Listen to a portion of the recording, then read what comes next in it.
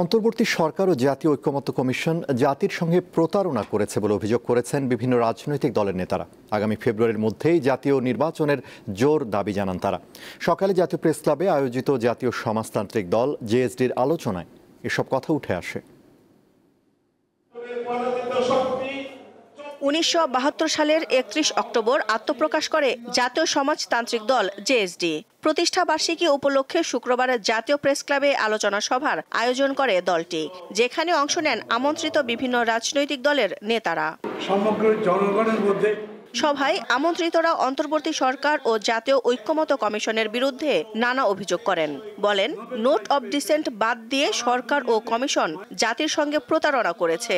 অদ্ভুত বিষয়, কমিশন এখন আমাদের সামনে প্রস্তাব হাজির করবার সময় সেই সমস্ত নোট অফ ডিসেন্ট বা ভিন্নমত বাদ দিয়ে দিয়েছে। এটা একটা 410 ডিগ্রি হলো না?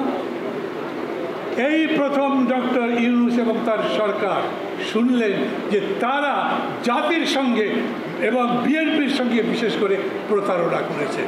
আজকে যদি আমরা ভুল শুধরে ঘুরে দাঁড়িয়ে নতুন রাজনীতির উত্থান ঘটাতে না পারি, তাহলে বাংলাদেশে একের পর এক বিদ্রোহ হবে, বিপ্লব হবে, গণ অভ্যুত্থান হবে, কিন্তু বাংলাদেশের ভাগ্যাকাশে ভালোবাসা এবং আমরা যে স্বপ্নটা দেখি একটা সুন্দর সুখী বাংলাদেশ, সেটা কখনো ফিরে আসবে না। প্রধান উপদেষ্টার ঘোষিত ফেব্রুয়ারির নির্বাচন বানচালে ষড়যন্ত্র চলছে উল্লেখ করে বক্তারা জানান, এর ব্যতিক্রম ঘটলে দেশে অরাজক পরিস্থিতি তৈরি হতে পারে। ফেব্রুয়ারি নির্বাচন কোনো কারণে যদি বিপদগ্রস্ত হয়, যদি ঝুঁকির মধ্যে পড়ে এই সরকার, তারাও কিন্তু বড় ধরনের ঝুঁকির মধ্যে পড়বে।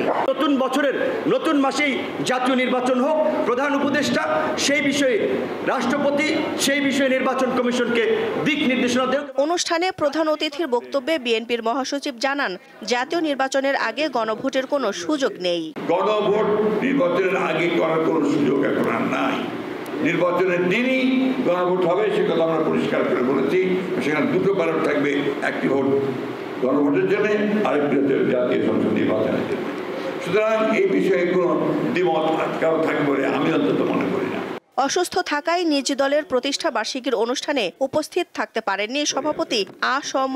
আব্দুর রব। নির্বাচনের মধ্য দিয়ে জনগণের মতামত প্রতিষ্ঠিত হোক। দিলশা দানি, দীপ্ত সংবাদ, ঢাকা।